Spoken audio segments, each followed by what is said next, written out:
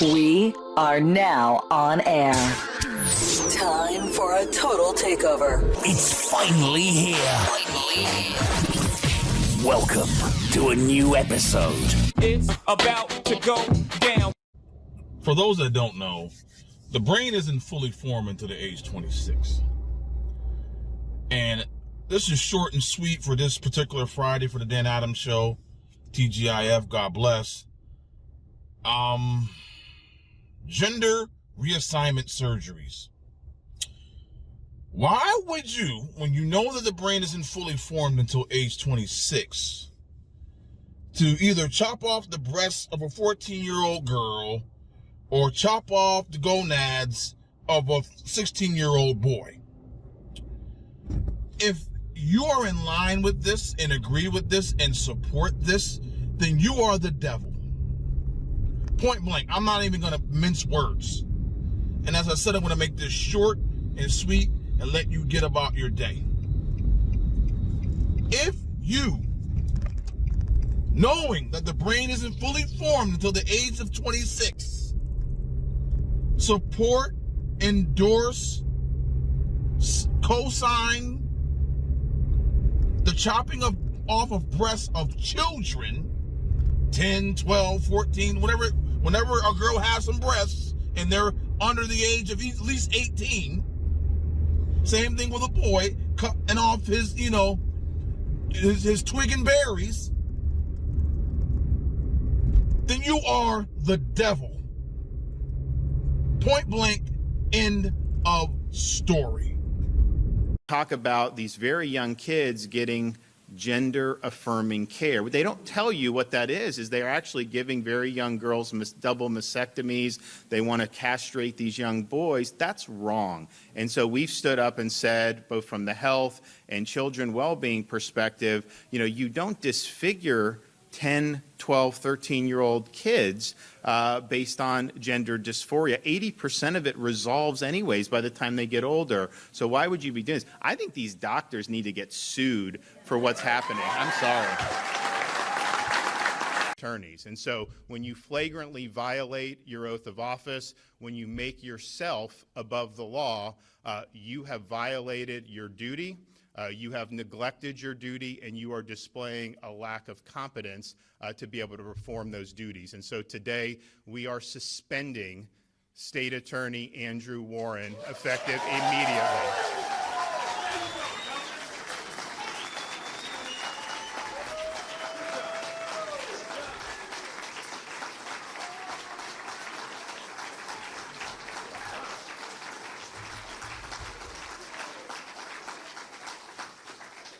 We are not going to allow this pathogen that's been around the country of ignoring the law. We are not going to let that get a foothold here in the state of Florida. We are going to make sure that our laws are enforced and that no individual prosecutor puts himself above the law. And I can tell you the states and the localities that have allowed this to happen, they are ruining the day. You want to know why some people are moving to Florida? Because their communities are no longer safe thanks to prosecutors that think they know better than the people's representatives, and they get to pick and choose which laws that they are enforcing. So this was something that had a lot of input around the state. This is something that I think is a very, very important issue across our country, that this movement would be allowed to take hold, where you basically elevate your own personal conception of, quote, social justice over what the law requires of you. And I would note— Are you concerned with the continuation and expansion of Chinese gain-of-function research? Well, I think I testified here that in December 2019, they were doing synthetic biology on a cloning vector of the Nipah virus, which is 60% lethal. We just experienced a 1% lethal virus. My estimates would be that could set us back a millennium. The Black Plague was a 20% lethal event, and it was 250 years for civilization to return. Let me ask you about some of the things that you have commented on with regard to what NIH and Dr. Fauci have said, and frankly, the lies they've been caught in regarding the coronavirus. I want to highlight two of them. In response to a congressional inquiry from October of 2021, just last year, the NIH attempted to walk back assertions by NIH Director Collins and Fauci that NIH had not funded gain-of-function research in Wuhan. You commented at the time saying, and I'm going to quote you now, NIH, specifically Collins, Fauci, and Tabak, lied to Congress, lied to the press, and lied to the public knowingly, willfully, brazenly. On May the 11th, Dr. Fauci said the NIH and NIAID categorically has not funded gain-of-function research to be conducted in the Wuhan Institute of Virology. You commented on that, saying the documents make it clear that assertions by the NIH director, Francis Collins, and Fauci that the NIH did not support gain-of-function research are untruthful. So just expand on that, if you would. I mean, what are the implications of Dr. Fauci's continued blatant dishonesty regarding NIH's funding of gain-of-function research in Wuhan? I stand by my statement. The statements made on repeated occasions to the public, to the press, and to policymakers by the NIAID director, Dr. Fauci, have been untruthful. I do not understand why those statements are being made, because they are demonstrably false. Yesterday, it was reported that Project Veritas had obtained a copy of an FBI training material, which listed various symbols and themes which, in the FBI's estimation, were indicative of, quote, militia violent extremism. Now, these symbols weren't things like the Ku Klux Klan or the Nazi Party, which naturally would be symbols of that, but instead they included, rather astonishingly, patriotic symbols of our nation and our history.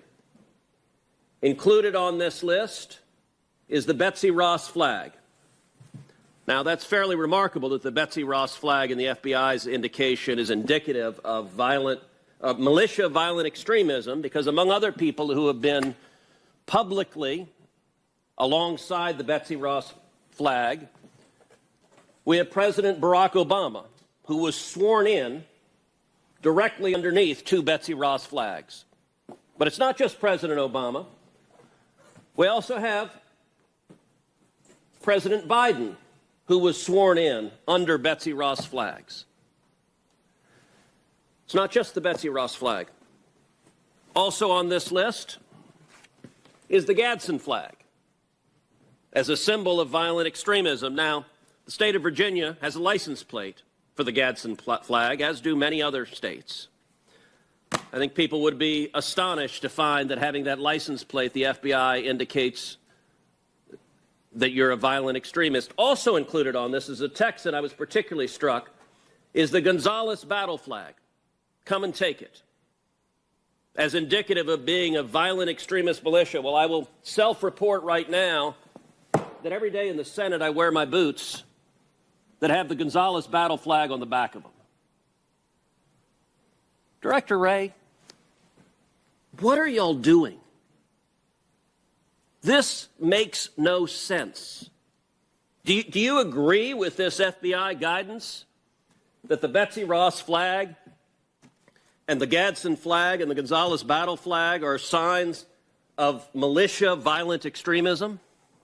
Well, Senator, I'm not familiar with the particular document you have behind you, and I'm not in the practice of trying to comment on documents that I haven't recognized, but I will tell you that when we put out intelligence products, including ones that reference symbols, which we do across a wide variety of contexts, we usually take great pains to put caveats and warnings in the document that make clear that a symbol alone is not considered evidence of violent extremism, and it's... Well, but Director Wray, you don't include things like Antifa, you don't include things like Black Lives Matter. Instead, you identify patriotic Americans as suspects. And I would note there's a pattern of this in Michigan. That case ended up an absolute debacle where the 4 people who went to trial, 2 of them were acquitted, 2 received mistrials. None of them were convicted on even a single charge, and the basis of the defense was entrapment, that the FBI, that paid enforcements for the FBI, had suggested and had incited the conduct. Let me ask you, how many FBI agents were disciplined or reprimanded after that disastrous case and the misconduct that led to every defendant being acquitted or having a mistrial on every charge? Senator, I can't comment on a personnel matter. I can tell you that that case, as I understand it, is now pending a retrial, as I understand it. Well, the special agent in charge of that case has now been sent to D.C., to the Washington, D.C. office, and now leads the investigation regarding January 6th. Is that correct? That doesn't sound right to me. That does not sound right. The name of the individual is Stephen D'Antuono. It was run out of the FBI Detroit field office.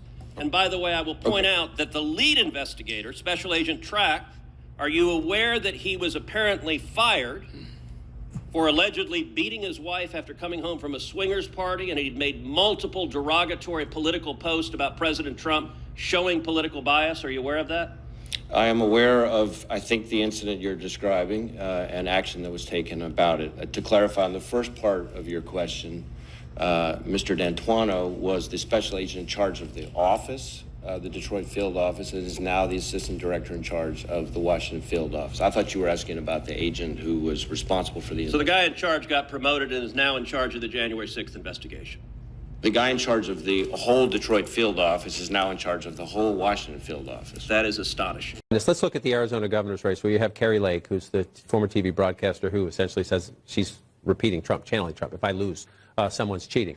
And you have Karen Taylor Robson, who is the establishment candidate for governor, endorsed by the current Arizona governor, endorsed by, this is a Trump-Pence divide here. Where are we, if we're looking through, if we want to call it, the Republican establishment versus the Trumpy candidates, as we get deeper into the primary season? Who's winning? Well, so far, Trump's winning, and Arizona will be a big test of that. I think Liz Cheney in a couple of weeks is going to be an even bigger test. No one's even really hiding how many different money streams there are of establishment Republicans as well as Democrats, trying to lift her up. But I think when you really zoom out, democracy is hugely on the ballot today. And I just can't miss the juxtaposition of Nancy Pelosi landing in Taiwan, this historic and very controversial trip, and saying in her public comments, in her writings, this is about elevating a democracy, this crucial democracy. And look at the tests at home on the ballot. And this is not about partisanship. This really is about what does American democracy mean, and what kind of candidates are being nominated to roles where they could have pivotal decision-making over the integrity of elections. Right, and I mentioned just about, it's a possibility that Republicans in Arizona will have a statewide slate of people who are election denied. John, something you just said is not consistent with what we were told last year. You're saying that you've always known there was a small number of al-Qaeda in Afghanistan. President Biden said, what interest do we have in Afghanistan at this point with al-Qaeda gone? Yeah, I mean, in a major way, al-Qaeda was not playing no, wait, let me finish. They weren't playing a major role in operations or resourcing or planning in Afghanistan. But Peter, I know specifically because I was at a different podium a year ago, and we talked about the fact that al-Qaeda had a presence in Afghanistan, but small and not incredibly powerful or potent. And I think, again, without getting into numbers, we would still assess that to be the case. So we know that the Taliban was harboring the world's most wanted terrorist.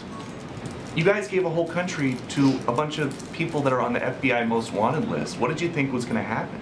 I would take issue with the premise that we gave a whole country to terrorist groups. I mean, again, I'd encourage you to ask. Harboring the world's #1 terrorist. How is that not giving a country to a terrorist sympathizing group, if not giving them permission to have terrorists just sit on a balcony? The question, I mean, Peter, the way you asked that, it makes it sound like we owned Afghanistan a year ago. It wasn't our country. It was an independent sovereign state. And the president made a bold decision to end a war that had been going on for 20 years because he believed then, and still believes now, that our national security interests are best met by meeting the threats of today, not the threats of 2001. And I don't want to relitigate the whole war here, but obviously no one anticipated the Ghani government to fall as fast as it did.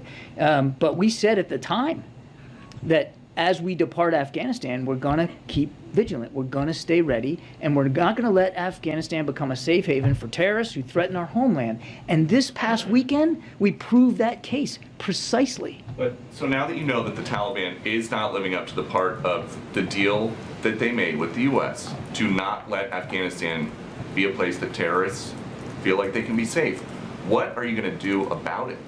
Well, that gets to Peter's question. I'm not going to telegraph decisions that haven't been made or policy initiatives one way or the other.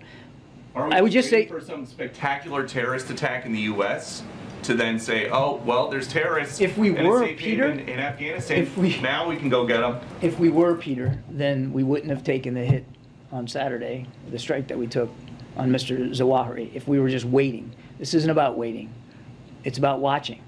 And we watched very closely, and we acted on what we learned. And I would go so far as to say not only the American people are safer as a result of President Biden's decision, but the rest of the world is safer. Does that mean that the threat from al-Qaeda is over? No, of course it's not. Bin Laden is dead, and al-Qaeda is degraded in Iraq and Afghanistan. They're really showing themselves to do really well. Come on, man. From day one, when the Supreme Court made this extreme decision to take away a constitutional right, it was an unconstitutional action by them, a right that was around for almost 50 years, a right that women had to make a decision on their bodies and how they want to start their families. What if we treated that teacher with the respect that she has earned, that she is owed, that we all want to give her? We don't need to tell her what version of history she is allowed to teach in the classroom. We don't need to scare the parents of those kids before her about something called CRT that I've never heard of before last year. Joe Concha joins us now. And Joe, here are some of the headlines. The New York Times claimed GOP governors are causing havoc, and Vanity Fair doubled down, saying that the leaders have successfully created a migrant crisis in Washington. Earlier in the week, MSNBC also wrote a hit piece on Governor Abbott, and the Washington Post called the move a cruel political stunt. But Joe, all Governor Abbott is saying is, listen, it's your party that supports these open borders, so here's a taste of the drawbacks that you've created.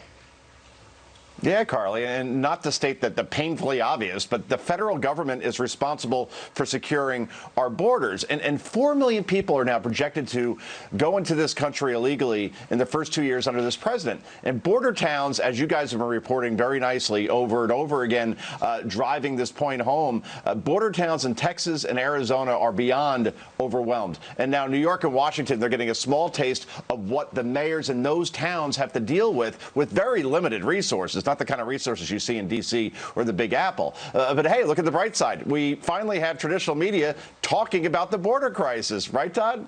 But the actual border crisis, you know, the one happening at the border, doesn't impact the rich liberal media elite that lives in New York and lives in D.C., so it's not a problem. Nothing to see here. There is something to see here, though, Joe. Frequent CNN columnist comparing Trump supporters to supporters of terrorism. Your favorite guy, I know you love Dean Obadiah, tweeting, at this point, I literally view people who still support Donald Trump no different than the despicable, vile people who supported bin Laden after 9/11. And Joe, the media literally can't understand why more than half the country doesn't trust them. I'm not going to dignify this with much of a response. Someone comparing 74 million people to al-Qaeda terrorists. I mean, it's just such an insult to the families of those who were murdered on 9/11. You know, I'm just going to leave that there. But this is how it works these days. You make the most asinine analogy. You compare tens of millions of people to terrorists or to the Nazis we've seen in other situations, and you sit back and enjoy the cheap likes and retweets from those who are equally unhinged on social media. And I'm sure the person that made this comment will be booked back on cable news stations quite soon. Any responsible network would make sure that doesn't happen, but being responsible, well, that's not really the point these days, guys. And the key thing to keep in mind, CNN wants to go more middle. They want to go more mainstream. Yeah. Will they keep Dean Obadiah from making comments like this? Well, I appreciate your response. I don't think it deserves much either. This is an example of Republicans thinking Democrats are wrong. Democrats thinking Republicans are evil. Speaking of Democrats, though, Congresswoman Carolyn Maloney of New York, she did a debate, and she was recently asked if she thinks President Biden is going to run again in 2024, or if she supports him, rather. She responded saying she doesn't think he's going to run again. And then she issued this huge apology when she did an interview the next day. Watch this. Mr. President, I apologize. I want you to run. I happen to think you won't be running, but when you run, or if you run, I will be there 100%. You have deserved it. You are a great president, and thank you for everything you've done. Yeah, so all she said was she didn't think that he was going to run again, and which is something that a lot of other Democrats have said. Other Democrats have even said that they don't support Biden running again. So what do you make of this apology? Wow, I had no idea it was Hostage Video Friday, Carly. I mean, boy, that's tough to watch and to sit through when sober, right? But the fact that we're even seeing a Democratic lawmaker walk back her original comments on whether she wants the president to run or not, or thinks he's going to run, that's obviously a problem. CNN poll recently, 75%, 3 in 4 Democrats don't want this president to seek a second term. And poll after poll shows that a solid majority of voters believe this president is too old and too slow to react to crises to be president right now. So what are those numbers going to look like if Joe Biden runs in 2024 and he's approaching his 82nd birthday?